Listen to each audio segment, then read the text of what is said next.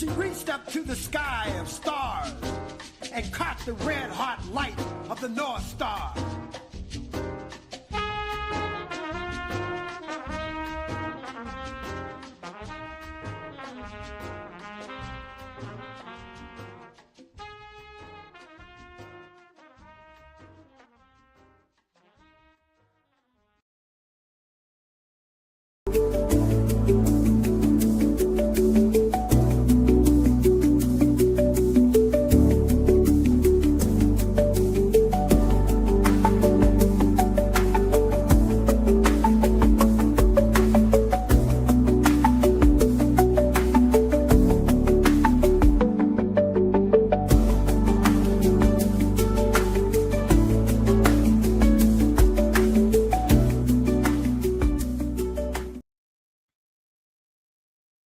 Good afternoon and welcome.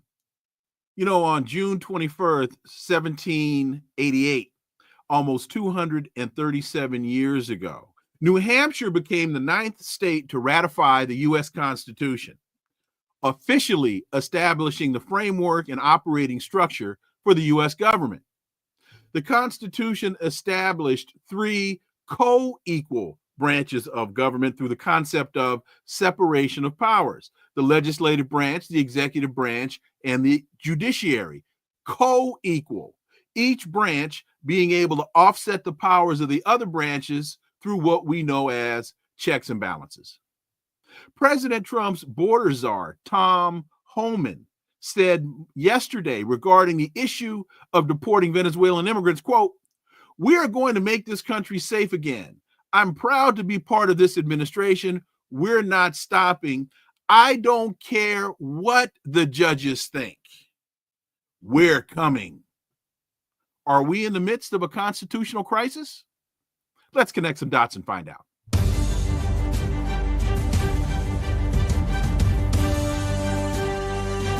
Connecting the Dots with Dr. Wilmer Leon, where the analysis of politics, culture, and history converge. Welcome to the Connecting the Dots podcast with Dr. Wilmer Leon, and I am Wilmer Leon. Here's the point.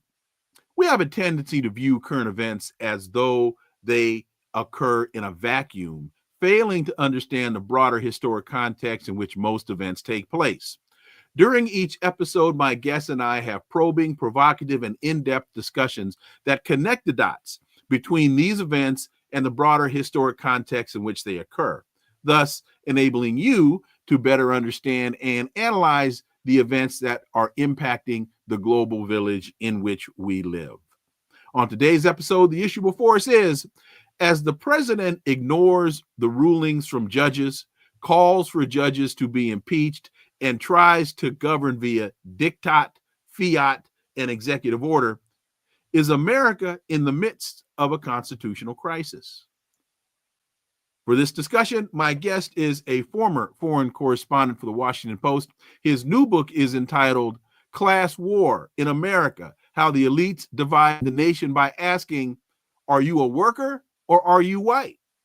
His work can be found at Patreon as well as Black Republic Media. Jon Jeter, as always, my brother, welcome back. Thank you so much for having me, Dr. Leon. So, Speaker Mike Johnson tells Republican lawmakers to skip town halls after an onslaught of protests. Stephen Miller has said, quote, "What we are expecting is the Supreme Court to say what has always been the case, which is when the president is using his powers as commander-in-chief, those determinations are not subject to judicial review, and the president wants to impeach judges for doing their constitutionally required jobs." John, are we in a constitutional crisis? Almost certainly, and we have been, by my count, for at least a decade now, right? It did not start with Donald Trump, although he is a clear and present danger to our Constitution, as overstated and as overvalued as it is. But I would go back even further to Barack Obama asserting the right to kill anyone, anywhere in the world without any kind of judicial review. He said this almost verbatim through his attorney general at the time, sending drones abroad to kill both American citizens and foreigners without any kind of judicial review. And so, and you and I are of an age, Wilmer, where we remember Ronald Reagan kidnapping people on foreign soil, right, and bringing them back to the United States to stand trial. So we have been a lawless society for quite a while. I will certainly admit that Donald Trump is escalating it, is raising the level of lawlessness. And I do think that we have reached a constitutional crisis. I think it's probably been here for quite a while, but now we're in the end run. We're in the final stages of it. So let's get ready to rumble.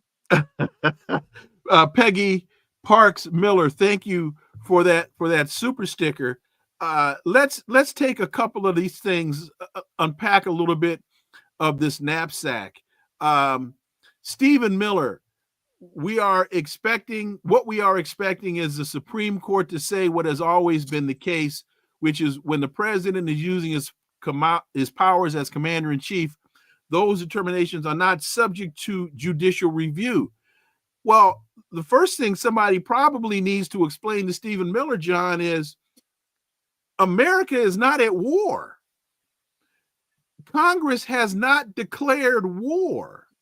So I would think the only way the president can use his power as commander in chief is if A, the president has sent U.S. troops abroad to fight in some conflict, and then only then he still has to get permission from Congress to maintain that engagement, or Congress declares war. So I don't understand where Stephen Miller gets this commander-in-chief foolishness.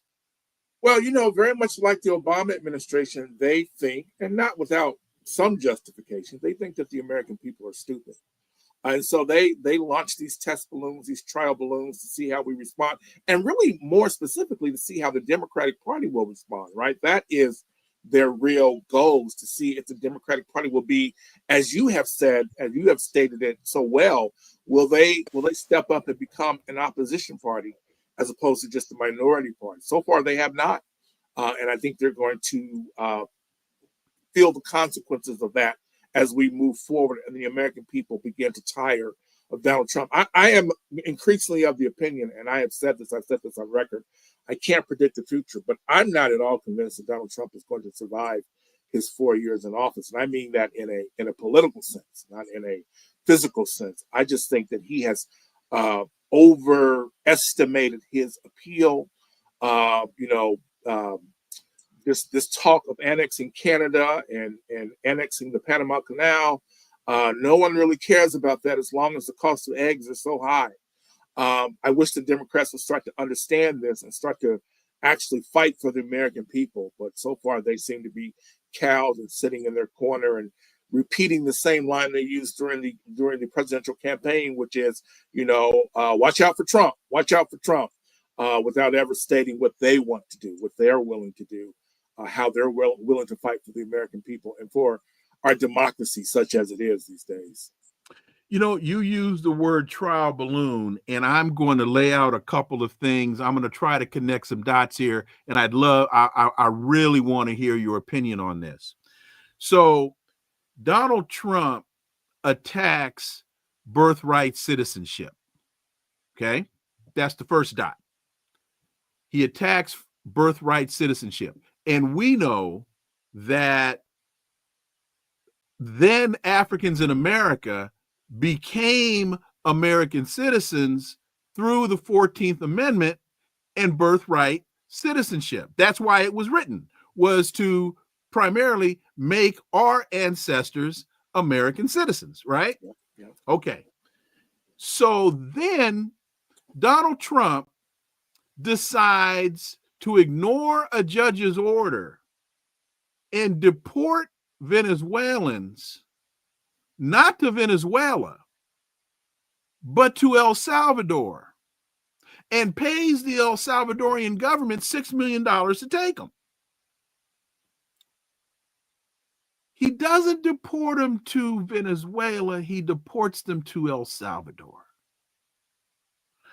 is this whole thing really a trial balloon, the deportation of the Venezuelans? Because at the end of the day, he really wants to deport us. Wow, I had not thought about that. I have to say, I would not put anything past Trump, particularly something that is that stupid, right? I mean, he is, people, a lot of people, a lot of sort of intellectual types on the left have described Donald Trump, have sort of warned us not to underestimate Donald Trump. And on one hand, I believe that's true. His venality and his ignorance, they don't know any bounds. But does he have a plan to deport us? I don't know. I would not put it past him. He is that venal. He is that. He does have visions of grandeur. I mean, he's talking about disrupting Social Security, which right, is not called the third rail of politics for no reason, right? And so, yeah, Americans don't really value Black Americans, but deporting us, he might be planning that. That might be in the back of his mind, but even that is a bit much, I think, for the United States, particularly with a very imminent economic crisis. I mean, we're how bad it will get, we don't know, but we're looking at a very real economic crisis coming down the pike. Speaker Johnson tells Republican lawmakers to skip town halls after an onslaught of protests. So what's been happening is, as you know, in a lot of red states, there are a lot of angry Republicans that are looking at the recent actions of the administration, and they aren't happy. They're saying, we didn't vote for this. That's right. This is not what I voted for. Now, here's my first question to you on this topic. My interpretation of that is not so much I didn't vote for this as you weren't supposed to do this to me. Yes. Jon Jeter. No, that's exactly right. And I've written about this and spoken about this. Donald Trump was elected by white people, by his white constituents, particularly, for the most part, to restore whites to restore white privileges, which they feel have waned, rightly so, right? But although they clearly have more material privileges than Blacks and other people of color, but he was elected to restore these white privileges, right? He is treating white people with these cuts to the federal budget, to the federal workforce, talking about cutting Medicaid and Social Security. These are things that are going to affect white people. So what he's doing is he's treating white people like N-words. Let's be very honest about that. That's not going to fly. That's going to get him, I think, not just impeached, but removed from office. I really believe that could happen, and advance along with him more than likely, right? They'll find some pretext to do this, but you're not going to treat, this is an apartheid state. Apartheid states are created, right, to privilege one part of the working class over the other so that they're constantly fighting one another, right? So you can't just sort of, what does Sartre say, that hell is a place where everybody's needs are unmet? You can't deny everyone their basic needs, right? And so it was going to come apart eventually, no matter what he did, because you can't dispossess 13% of your population, which is what they've done to African Americans now, well, since we've been here, but certainly in the last since the Great Recession. But now he's mucking with white people, treating them like they're Black people. That's not going to fly. That's really what's going to get him in trouble. And let me say this too, and you know this why? Because you see Steve Bannon, right, in the background. I don't know if Steve Bannon is still his advisor, but Elon Musk seems to have replaced Steve Bannon. And Steve Bannon is in the background telling Trump, hey, don't mess with Social Security, because don't mess with Medicaid, don't mess with Social Security. Steve Bannon is an old school Nixonian-like Republican who realizes that there's a lot of political leverage you can get by pitting Blacks against whites, but there's no political leverage by messing around with everybody and Medicaid, Social Security, and these cuts to the federal workforce, which is the biggest employee in the United States. That's going to get him in a lot of trouble. You know, so you have these incredibly angry voters, Republicans, MAGA people, and I've seen, as you have seen, some of the footage from the town halls, and these folks are really, really, really angry. Donald Trump ran on getting rid of waste, fraud, and abuse in Washington. And so I think a lot of people fell for the rhetoric, not understanding that there's a Department of Education in Idaho. Mm-hmm. There's a Department of Education office in Iowa.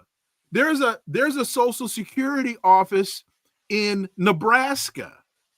And I think a lot of them slept on the broad impact that these cuts were going to have. So you've got these folks now saying, wait a minute, you said waste, fraud, and abuse.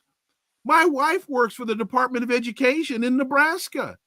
She wasn't fraudulent in her job.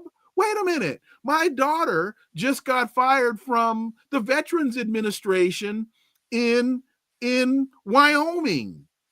She wasn't wasteful in her job. In fact, she was 2 months away from getting through her probationary period.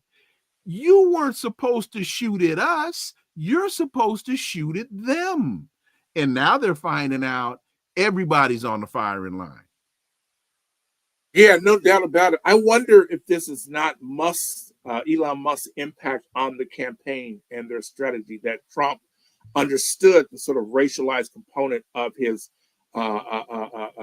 administration, and that Musk, who is much more, I think, of a doctrinaire, almost libertarian kind of politician, I guess we would say, is exerting this pressure on Trump to really mess with everyone. This sort of severe austerity, deepening austerity measures, which is intended to, I think, actually divert money from the Treasury, from the American people, from the Commonwealth, to his own projects like SpaceX and Tesla.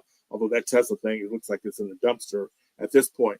But this is fatal. This can be fatal. I don't think Trump can survive on this path of inflicting pain on his most ardent supporters, which is the white working class, many of them uneducated, and many of whom have shown up at these town halls already. This is why they canceled many of these town halls. Republicans, legislators are taking heat, both in Congress and in around the states, state lawmakers, and they can't survive this. I don't think the Republican Party, Trump can't survive this. These people are going to, whether they have the town halls or not, these Republican supporters are going to exert pressure on their Republican lawmakers. And ultimately, even though I think that the Democrats are also very much in trouble because they're not standing up to Trump, they're going to vote them out of office in the midterms. And that's going to weaken Trump greatly. And I think at the same time,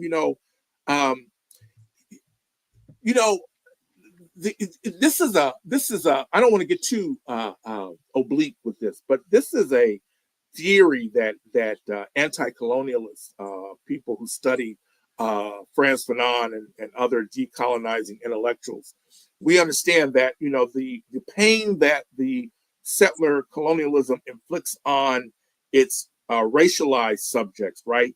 It eventually visits upon the European settler. And that's exactly what's happened because, right, there's no way to avoid it. That by, if you have these sort of zones of extraction that are people of color, the more you extract from them, the less they have to keep a consumer economy afloat. So you then have to take it from everyone else. That's what's happening now, is that we have extracted, the United States has extracted so much wealth from communities of color, leading with Black people, of course, that now they have nowhere else to go but to extract it from white people, right?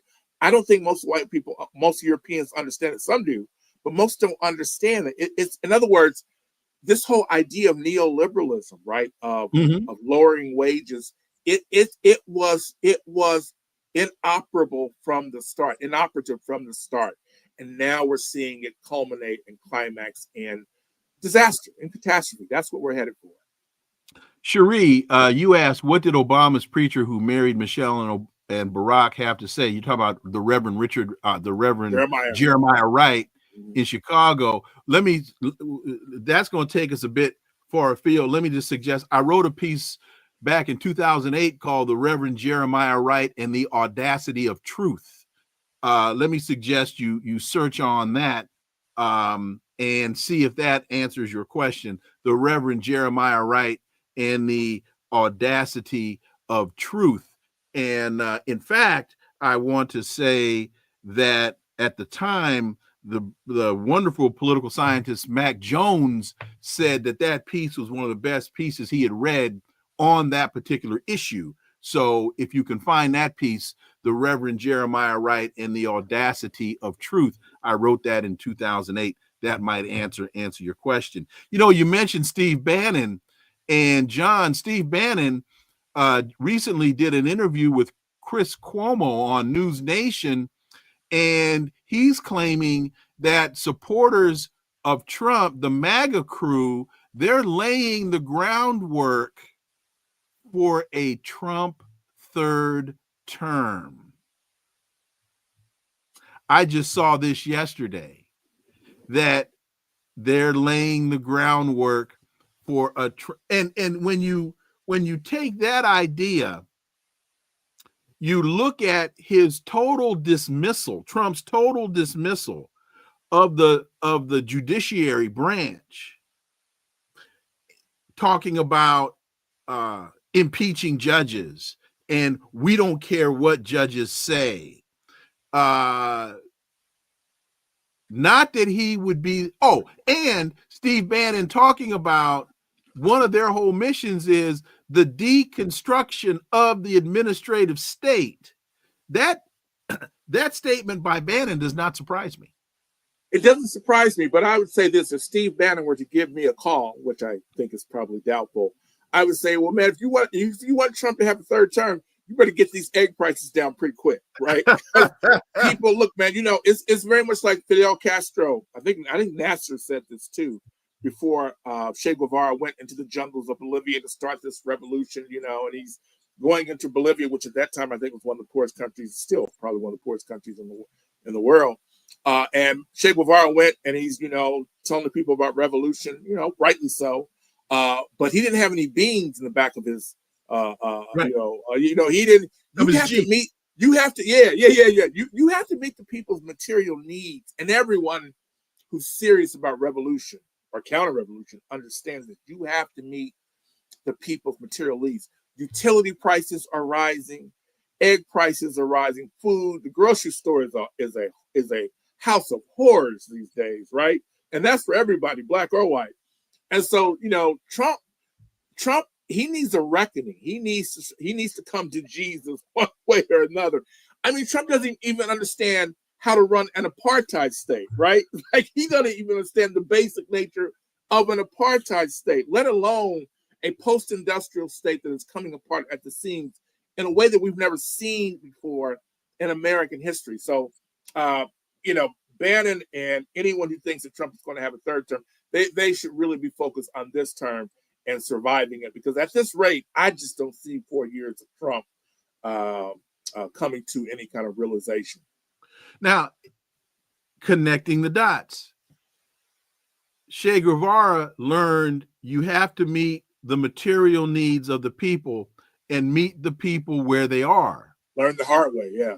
So you have, again, these angry Republicans in red states turning out to these town hall meetings, and they are just blowing these things up. I mean, they're pissed to the highest of pistivity.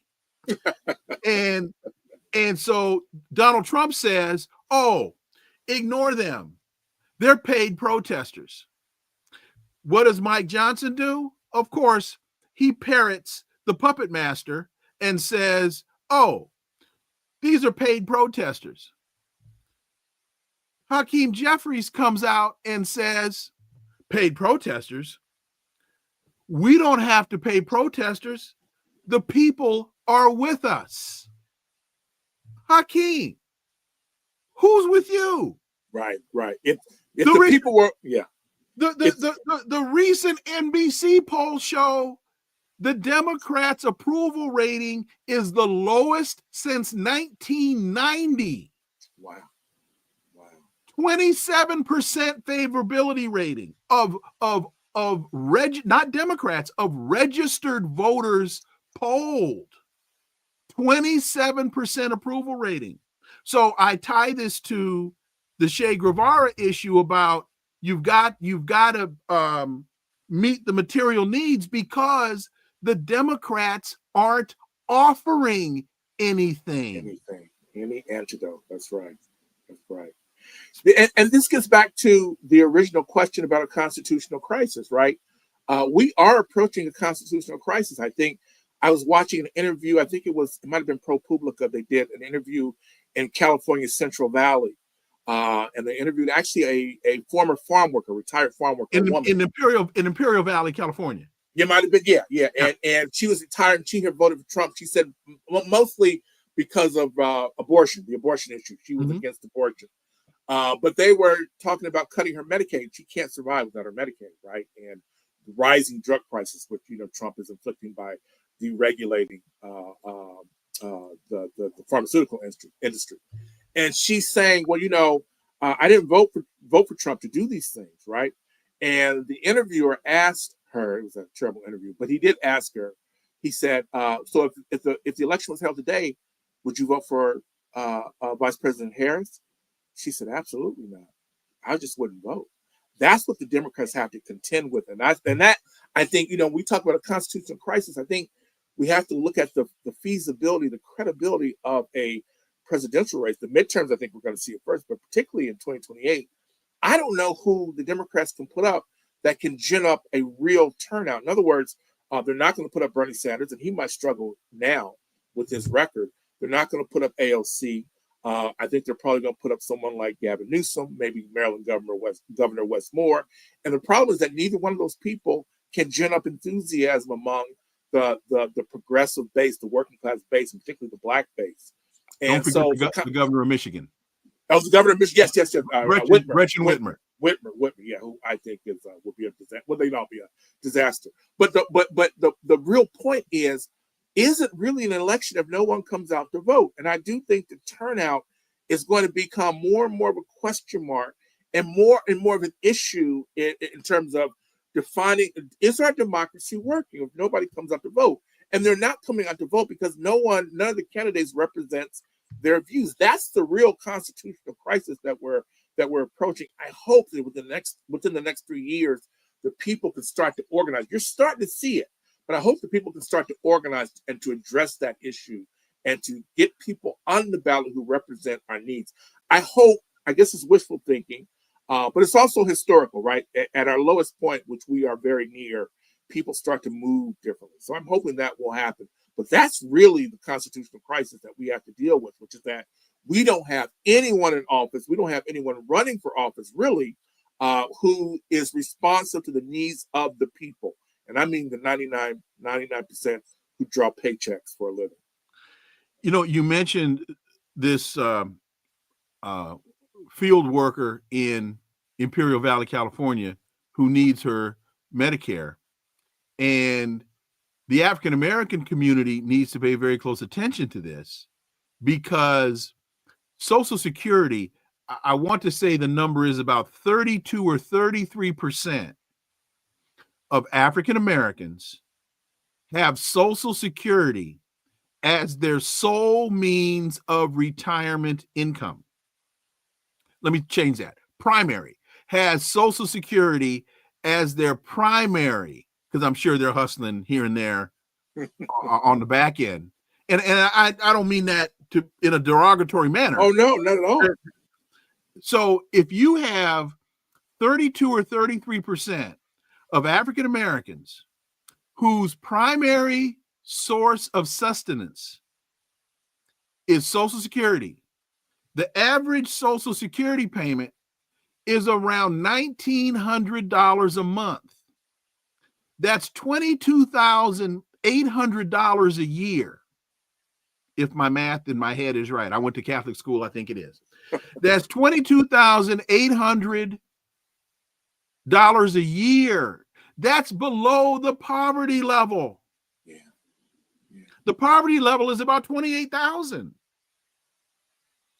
Folks, Elon Musk calls Social Security a Ponzi scheme. It's the opposite of a Ponzi scheme. True that. Yeah.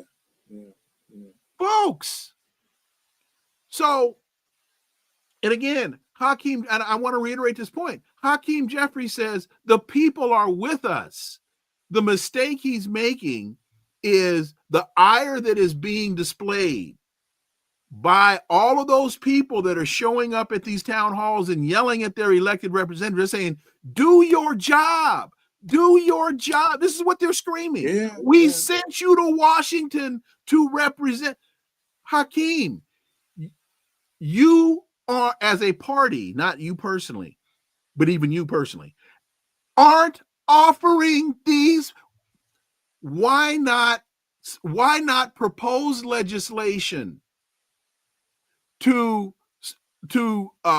keep the Department of Education from closing? Why not propose legislation to save the Department of Veteran Affairs? Why not propose legislation to counter these executive orders? I know you don't have the votes to win, to pass what you're proposing, but you would at least be demonstrating to these people that you understand and you have a plan. Having AOC come up to a podium and say, Donald Trump is a criminal. We know that. Right. You must meet the material needs of the, I'm going to use that in my next op-ed, Jon Jeter. You must meet the material needs of the people. And you are not doing that as a party, Jon Jeter. Yeah. Well, first of all, I want my royalties if you use it in your next op-ed. Secondly,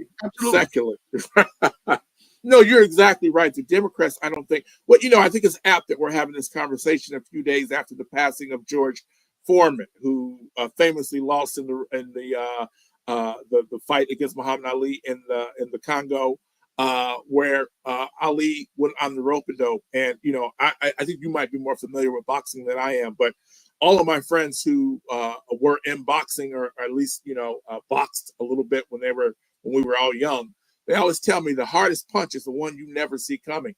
I'm not sure if the Democrats don't see this punch coming, but they're about to get really. I think maybe they think that what happened in November 2024 was the hardest punch.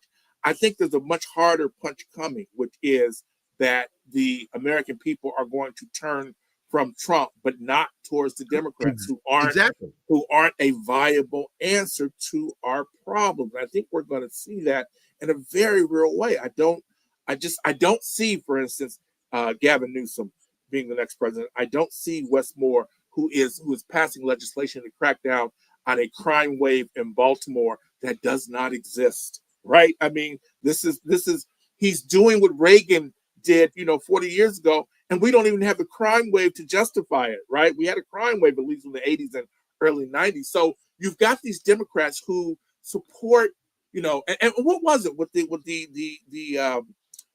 letter to denounce the arrest of the Columbia University graduate student? I can't remember his name. Mahmoud Khalil. Yes, Mahmoud Khalil. Only 14 Democratic lawmakers signed it. Really? Good luck with that. Let's see what happens now. Okay. I just think that, it's just like, Trump is doing what they want to do. Right. And they're expecting that people aren't going to be smart enough to see that. And maybe up until now, we haven't been smart enough to see that. But I think people are going to, especially as people's pockets are pinched. I think it might have been Gramsci who talked about how, when people go hungry, and even more so when they see their children go hungry, they move a little differently, right? And that's what we're very much approaching that position. Blacks have been the canaries in the coal mine. We've been seeing ourselves and our children go hungry for quite a while. Whites are starting to see that. And I think both parties are going to pay the price one way or another. I mean, this is not going to be peaceful. This is not going to be easy. This is not going to be, fade to black. This is going to be, I think, a very turbulent era.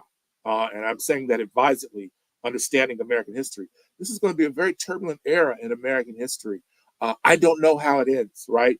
I hope that people start to reorganize, re-educate, understand, articulate solidarity with each other against the elites who govern us, who misrule us, right?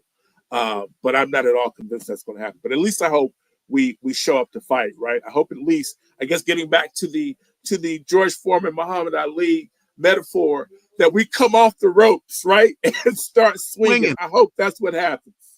Well, and I wrote a piece a couple, maybe 3 or 4 weeks ago. When they tell you about themselves, believe them.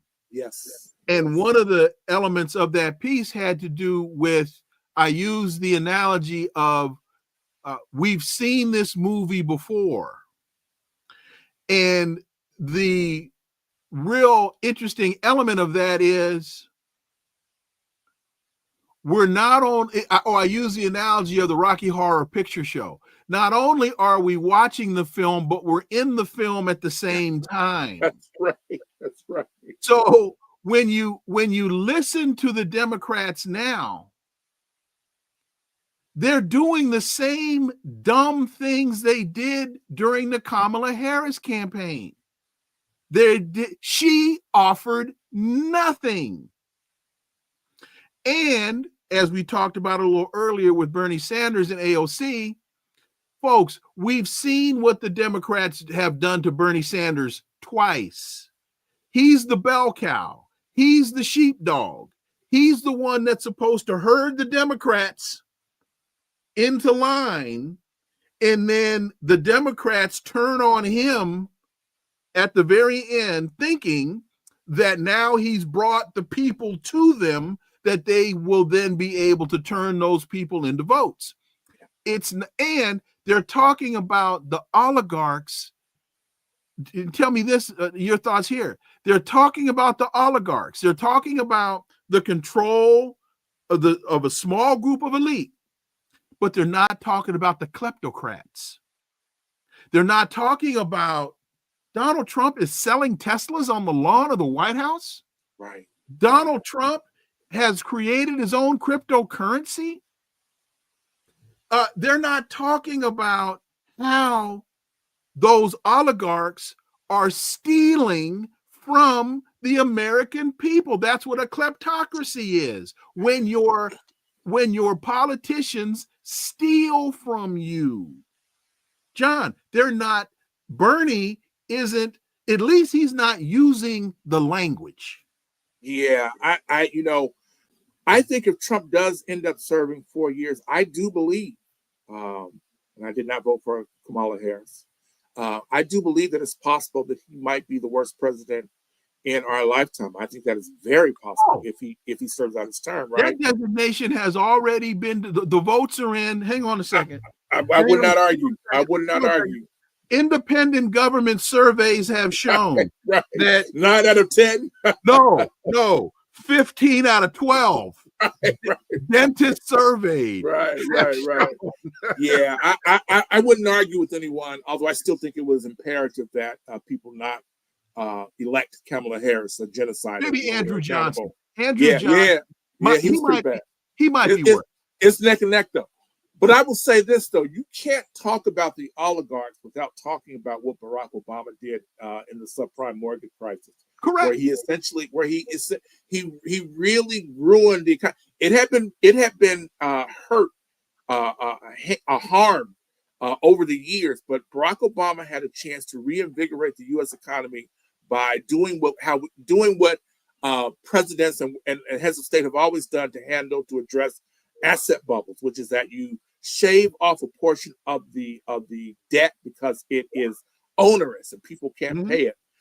And you also throw in jail the bankers who have defrauded borrowers, right? You have to do that because you disincentivize that kind of fraud. Obama didn't jail a single banker for that fraud, right? No. And by comparison, Bush and Reagan and Bush, I think, jailed something like 200 bankers for the savings and loan fraud, which was like, I think, like 100 times smaller in size than the subprime mortgage scandal. And he did not shave off a portion of the debt. In fact, what he did was he gave the bankers who are responsible for the fraud, for the graft, he gave them more money to do it again. So now we have an asset bubble economy, right? And Mhm. so when you talk about oligarchs, I think that's fine. I think we should talk about oligarchs. That's what Elon Musk is. But Elon Musk is not the first to do it, right? No. Wall Street picked Barack Obama's first cabinet almost to a man, to Yes. a person, right? Yeah. And That's so true. I just think, we have to talk about this system, particularly since Ronald Reagan took office, that has increasingly nickel and dime us, the American people, the working class, to death, right? And so this is the last thing I'll say about it, to the point that the issue is not even so much Donald Trump, although it is, right? The issue is that at the height of American industrialism, when this country was making money hand over fist, when we were clearly the king of the roost in terms of economic power 50 years ago, basically, 1975, the American worker, we took home more than 50% of GDP, of national gross domestic product, in wages. Now in 2025, we're taking home about 42% of Mhm. GDP in wage. That's the issue. That's what we need to focus on. How do we get back to the point where we're taking, really, I would say, and people will call me a communist, and they're not far wrong, but they will say this is communist. But really, the real question is, why did the American worker? Why do we do 100% of the work, and only get 42% of the pay? I think that's the real question, more than how do we get rid of Donald Trump? How do we who do we elect? I think the real question is, how do we get at least half of the pay? I would say we deserve more than that since we're doing all the work, but at least half of the pay that this country produces. And Carol Asbaram, thank you for that $10 super sticker. People know that both parties have been bought out. You are absolutely right, Carol. And John, to your point about what has happened to labor and wages, a major element of that also has to be the de-industrialization of America. Because not only have the wages dropped, but there are fewer laborers out because the industry, we don't make anything. We hardly make anything here anymore.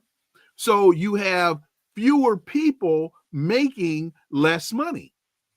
Yeah, we've shipped our manufacturing sector offshore. We did this beginning in the 70s for two reasons. One, we wanted to lower wages because more than a third of the workforce was unionized. Again, we were getting half of the GDP, and also to punish a radical Black Power movement that really found its voice in labor unions on the workplace floor. And we were influencing a lot of white people, a lot of our white coworkers. And we were moving on the government in a way that said, "I don't know, we here. You're going to have to deal with us." And so now we're at 50 years later, we're at this point where the Chinese government is the industrial hub of the world, and they are moving accordingly. And quite frankly, they've outwitted us, and they are better at it than we were, right? And so we are now trying to reclaim that position that we willingly shipped offshore beginning 50 years ago, and we're not in a position to do it. So as one example, Trump's tariffs, right? Tariffs can play a role in industrializing or even reindustrializing a country, but you'd have to invest in those industries, which you would have to have a comparative advantage in. So you have to have an industrial policy. Right. You have to have an industrial policy. That's exactly right. In order for those tariffs to have the impact that you're talking about. That's right. And the United States does not have an industrial policy. We don't. We have a policy that is driven by the oligarchs to enrich them And they never thought, because I guess none of them have ever read Hegel, that or even Henry Ford, right? That they let need to alone pay, Adam Smith. Right. They need to pay us money so that they can make money. How can they make money if we don't have any money, right? I said this just yesterday talking to a friend. We were talking about something I used to hear in Africa, in the communist countries that had gone capitalist. And the people would always tell me, I heard this in probably 4 different countries. And they say, before, under communism, the shelves were empty, but everybody had some money. They said now under capitalism, the shelves are full, but ain't nobody got any money. Right? That's what our industrial policy has wrought. The shelves are full, ain't nobody got any money.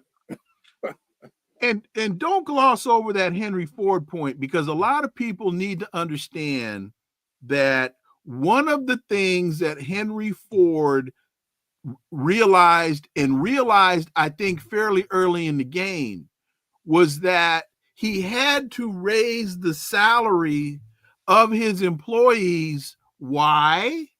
So they could buy the car they were making. His products. That's right. And there are those that will argue, and I think there's a very good basis for the argument, that one of the motivations for getting rid of enslavement in the country, no question, was because you had a captured market that wasn't able to buy the products that they were toiling in the fields to make. Right. So in order to continue making America profitable, you had to release those people from bondage so they could make some money, so that they could buy the things that they, again, were toiling in the fields to produce. Exactly. You had this population of people, 13% then as it is now, that didn't have any money to buy your goods and services. That's exactly the problem now. Although it's more than 13%, it is certainly the Black population, but increasingly it's white people. Again, coming back to Trump's policies, which treat white people like N-words. That's not going to work out for him. It's not. And we're going to have to fight. This is not like Trump is going to give up and say, okay, I was wrong. Or the Democrats and Hakeem Jeffries is going to give up and say, okay, we're going to give you what you want. People are going to have to fight. As Fannie Lou Hamer told us, as Fred Hampton told us, everything you get, you're going to have to fight for. But I hope that this is the impetus for people to understand, especially, let's be honest, especially the European settlers here in the United States, to understand, I'm not the problem. Wilmer, you're not the problem. Black people aren't their problem. Their problem are their bosses, the investors, the stock class, Trump and Obama, Biden and Harris. This is their problem. This is our foe. This is our enemy. And it's trite, but it's true. We are many and they are few. I think once we realize that, we gotta, again, back to the boxing metaphor, right? We have a slugger's chance once we realize that.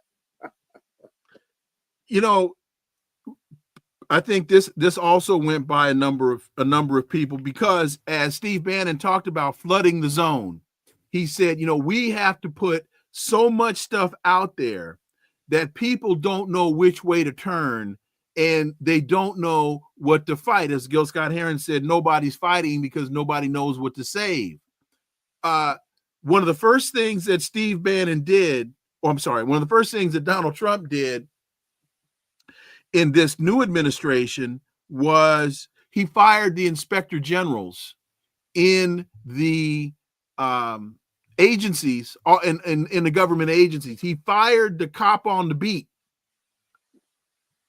in these agencies so that there wouldn't be anybody there to challenge the illegalities of the actions that his minions were taking in the Social Security Administration, in the GSA,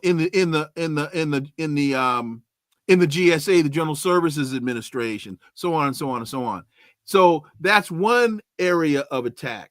But he's also attacking academia, and he's using this whole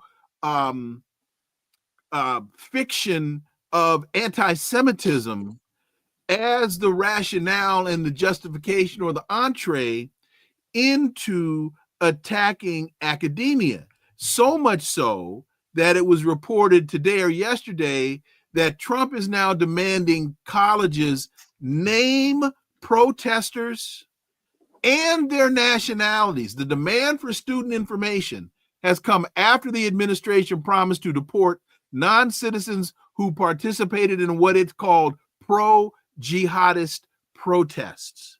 So some of the very fundamental elements of American culture are directly under siege by the Trump administration. Your thoughts, Jon Jeter?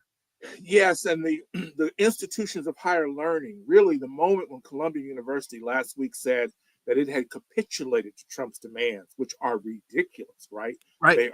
They are the reverse of knowledge production. They are a crackdown on free speech, which universities were created to protect and promote, right? Universities might be the tip of the spear of this sort of onslaught that Trump is heading up. And it's going to be very hard for the university system to come back, to remain credible, for them to remain as we have known them for many years, which is not perfect, right? Like the universities, Columbia, for instance, is known for the Dunning School of Sociology, which more than 100 years ago perpetuated this sort of understanding of Reconstruction as the lost cause, right? That blacks were not smart enough to actually participate in government. So this is how Columbia University has always sort of moved. But now, in complying with Trump's demands, right, and acquiescing really without a fight, right? They couldn't get this money from the foundations, particularly Ford and all these big foundations which have billions of dollars to give away. They couldn't have said, "Look, we're in a crisis. Can you help us?" Right? Maybe start to reformulate how universities work. But they just capitulated without really even a fight. This is going to be very hard. It's too early, but we could very well be looking at the end of higher education in the country as we've always known it. Because what Columbia did basically said was, man, we in it for the money, right? They basically, and we knew that, right? But for them to come out and say, yo, man, this is a real estate company, right? We don't really care nothing about, what you're taking know. 400 million out of my coffers. Right. And but they're not in it to win it. They don't, if I may say, they don't have skin in the game, right? And so this understanding of a genocide in Gaza, right, is they want their loot. They want that bag, right? And this makes it very clear. But now the question is, how do you remain credible as an institution of higher learning, as an institution that promotes knowledge production? How do you remain credible when you've already said, man, we want the loot. We don't care nothing about that. It's a real crisis. I don't know if people really understand just what a hole that we're in, and we continue to dig. And now you've got all the rest of the Ivy League has to make these same choices. And let me just say this. I heard an academic, a professor, a law professor, Frankie, I think was her name. She was a law professor at Columbia who was forced out because of her support of Palestine and the students who are protesting the assault in Gaza. She said that this was a trial balloon, right? Mm-hmm. And that once the Columbia administration agreed to it, the Trump administration was just seeing how far they could go. And now, now they see, oh, we run this, right? So right. We're in a really dangerous period. And I didn't know that Bannon said that, but it is a full-on onslaught. It's DEI, which is pretty immaterial to people's material fortunes anyway, right? So it's diversity, equity, and inclusion initiatives. It's immigration. It's the manufacturing economy. This is really a full-on onslaught. And last thing I'll say that you don't know when they say that postmodernism is supposed to help you understand when you're a Nazi, right? Clearly, we don't understand postmodernism. I don't know if anyone understands postmodernism, but this is the moment. Like this is the moment where we are officially morphing, right, into something that is officially fascist. I will push back just a bit on your point about DEI not having any real material impact on people's fortunes, because when you look at minority-owned businesses and their quest, their marketing to the government for government contracts, the fact they're a minority business has assisted many companies in getting in the door to sell their wares, has enabled a number of companies to get and companies that are capable and companies that are more than proficient have been able, through minority business development programs and other types of programs, to get lucrative contracts with the government. So I just want to make that point, that it's not just a totally inane or useless concept. I overstated that. I would agree with you. There's a garden, a municipal garden in a historically Black neighborhood in Kansas City. They lost $165,000 in funds over 3 years, which dramatically hurts that community. And they weren't a DEI program. They've used this sort of DEI blanket excuse to take the money. So you're right. It does have material impact on the ground. But talk about the corruption of the language, because when you listen to Steve Bannon, he says the court can't challenge the president exercising his responsibilities as commander-in-chief. Steve Bannon, that's wrong. But you're not. We're seeing it slowly play itself out through the courts, but I'm not hearing enough pushback. Donald Trump says we had to deport those 300 people because they were members of that of the Venezuelan gang. Well, Donald, how did you know that when you didn't afford them due process? So you have no idea what those tattoos meant. Because they were never brought before a judge, told what the charges against them were, and they were never able to respond to the charges. You don't know who those people were because you have provided no evidence. And that's the thing. One of the things that just blows my mind. All of these totally asinine statements that Donald Trump and his minions make, and they provide no evidence to support the things they're saying. But I don't hear enough of the people calling them out, saying, just show me the evidence. John. Yeah, there was an economist in John F. Kennedy's administration who talked about welfare, the old system of welfare benefits, the dole. He talked about it as the breakdown of all institutions, of all systems. Right? I think we have surpassed that now in terms of our political economy. What Trump speaks to is the breakdown of language, in addition to all institutions, but the breakdown of language. Think about what language is.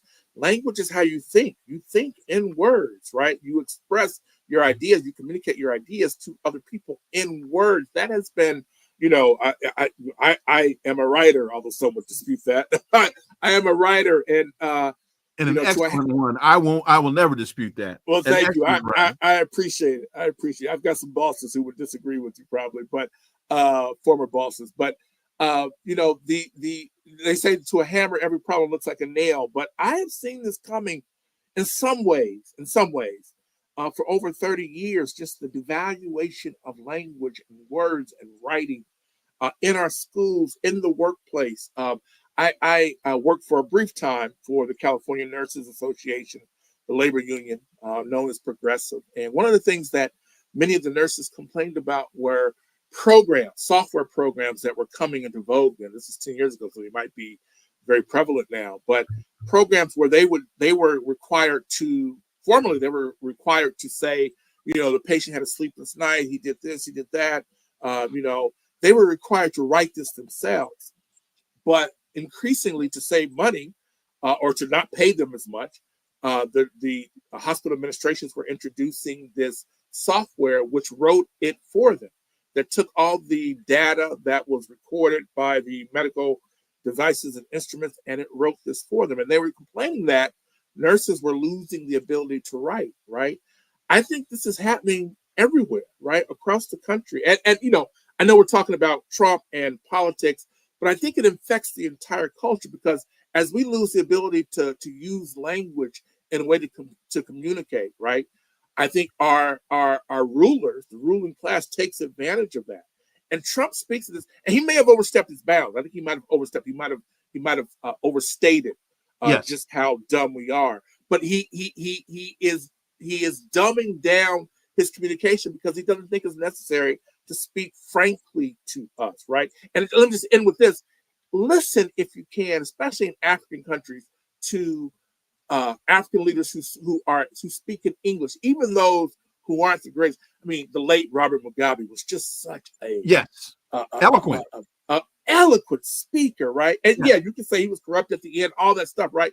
But they communicate real ideas in a very constructive way to people. And I don't know that you would be hard pressed to name a politician, or certainly a national politician, who is as effective a communicator as Robert Mugabe was, as Thabo Mbeki was. I had issues with Thabo Mbeki's government, but he's a brilliant orator. We don't have people who are our orators today in the United States. He's not African, but go back and listen to the interview with Sergei Lavrov. Oh my God! Oh, which is in English.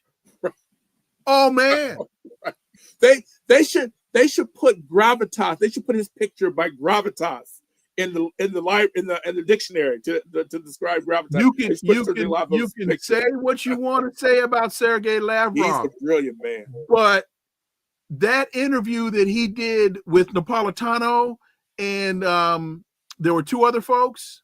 I might have missed that one, but I've seen it enough to know what you're speaking It's of. the most recent interview that he did like 10 days ago. Okay, I missed that one. Yeah, oh my God. He's Homeboy gets down. That's all.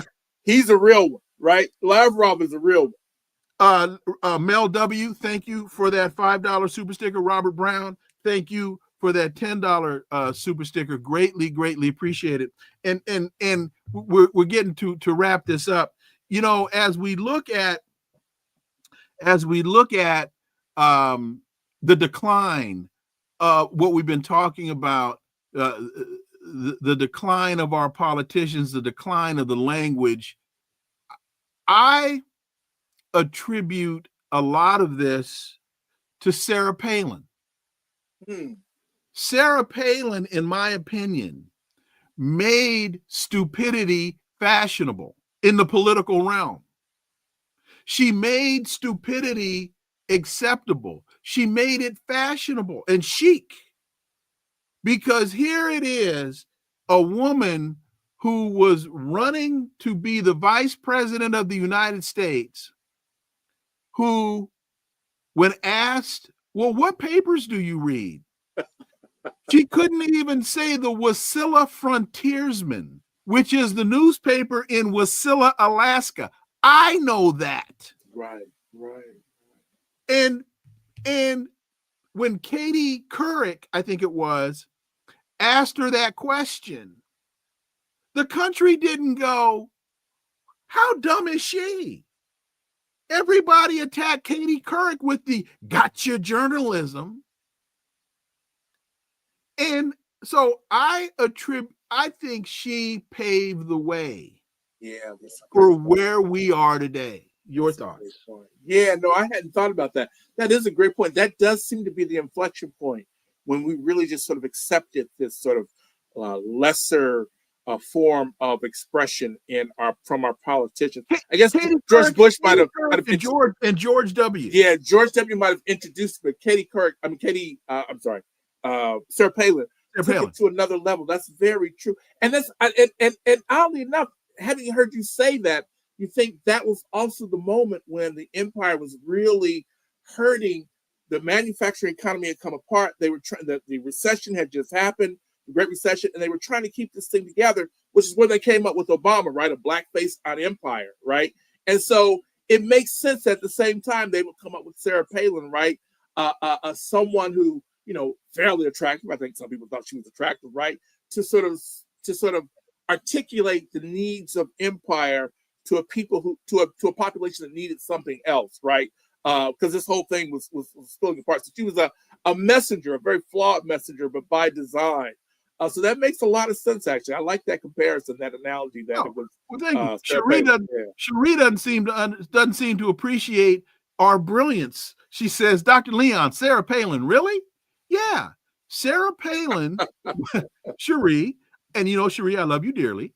No, Sarah Palin made ignorance chic and fashionable.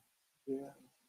And I use that chic and fashionable because of the optics of Sarah Palin, her designer glasses, and how well dressed she was, how attractive she still is. And she could sit there and talk about nothing. And when she got challenged on her ignorance, nobody called her out for being ignorant. The person asking the question was the one that got blamed for asking the question. You could take a look at or just listen to some of Ronald Reagan's speeches, who I think was the Antichrist, right? But he was a brilliant speaker, a brilliant orator. I remember as a teenager listening to him say, articulate. He was labeled the great communicator. He was a child of radio, so he could deliver his lines. The great and shining city on the hill. When's the last time we heard Donald Trump deliver a line like a great and shining city on a hill? That is a powerful, powerful image. Oh, I got it. Haiti is an asshole country. right. That is his equivalent. And Haitians are in Springfield, Ohio, eating dogs, right? I mean, think about it though, right? Like that, right. We've lost the ability to communicate anything of value. Our politicians have, anyway. Jon Jeter, my brother, man, as always, I so enjoy talking with you, and because again, one of my taglines is "Talk without analysis is just chatter," and you provide straight. You go hard in the paint, man, and you provide straight analysis, and I truly enjoy the conversations that I feel honored to have with you. I greatly appreciate it. I'm like Bob Lanier, who has to play against Kareem Abdul-Jabbar when I come up against you, right? So I got to raise my level of play. Bob Lanier was okay, but Kareem was the great. So I'm just raising my level of play to compete with you. Well, ain't no competition here, my brother. No. We're on the same team. Yes, sir. That's true. That's true. That is certainly true. So, Jon Jeter, man, thank you so much for your time. Great, and please, again, the book and where people can get the book and your radio show. Class War in America: How the Elites Divide the Nation by Asking, "Are you a worker or are you white?" You can get it on Amazon. If you are not a fan of Amazon, which I certainly understand, you can order it through any local bookstore here. I think also in Canada as well. And my radio show on WPFW 89.3, a Pacifica station here in Washington, D.C. Short Money, Dissecting Racial Capitalism, Thursdays at 2:00 Eastern, where we chop up many of the same issues that we chopped up here. Jon Jeter, great man. I am humbled and honored to call you a friend. I greatly appreciate it, Jon. I do as well, brother. Thank you so much. You got it, my man. Folks, thank you all so much for listening to the Connecting the Dots podcast with me, Dr. Wilmer Leon. We are trying, again, we're trying to get to 10,000 subscribers on YouTube. And let me quickly see if I can pull up the number to see where we are now, because this isn't my vanity asking me this, asking you all this. Oh, okay. We're over 6,000 subscribers on YouTube. I was hoping to get to 7,000 by last Friday. Let's see if we can get to 7,500 by this Friday. We need you to truly subscribe. Just go to the YouTube channel and hit the subscribe button. It's just that simple.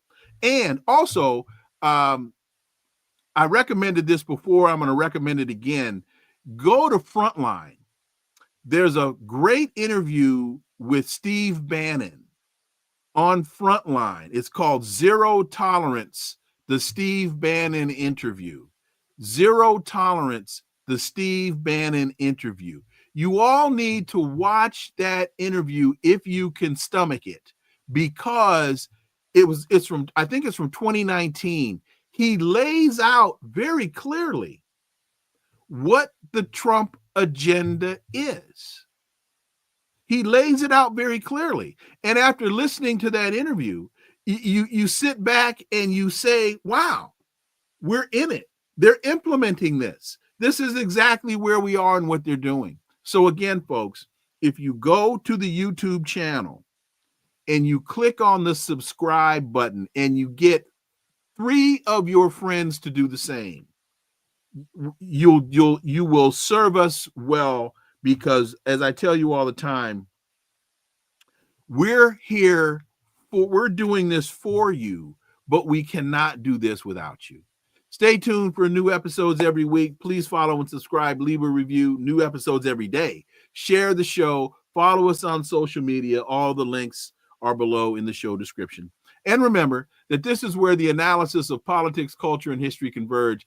Talk without analysis is just chatter, and we don't chatter here on Connecting the Dots. See y'all tomorrow. Have a wonderful remainder of your day. Until then, I am Dr. Wilmer Leon. Peace. I'm out.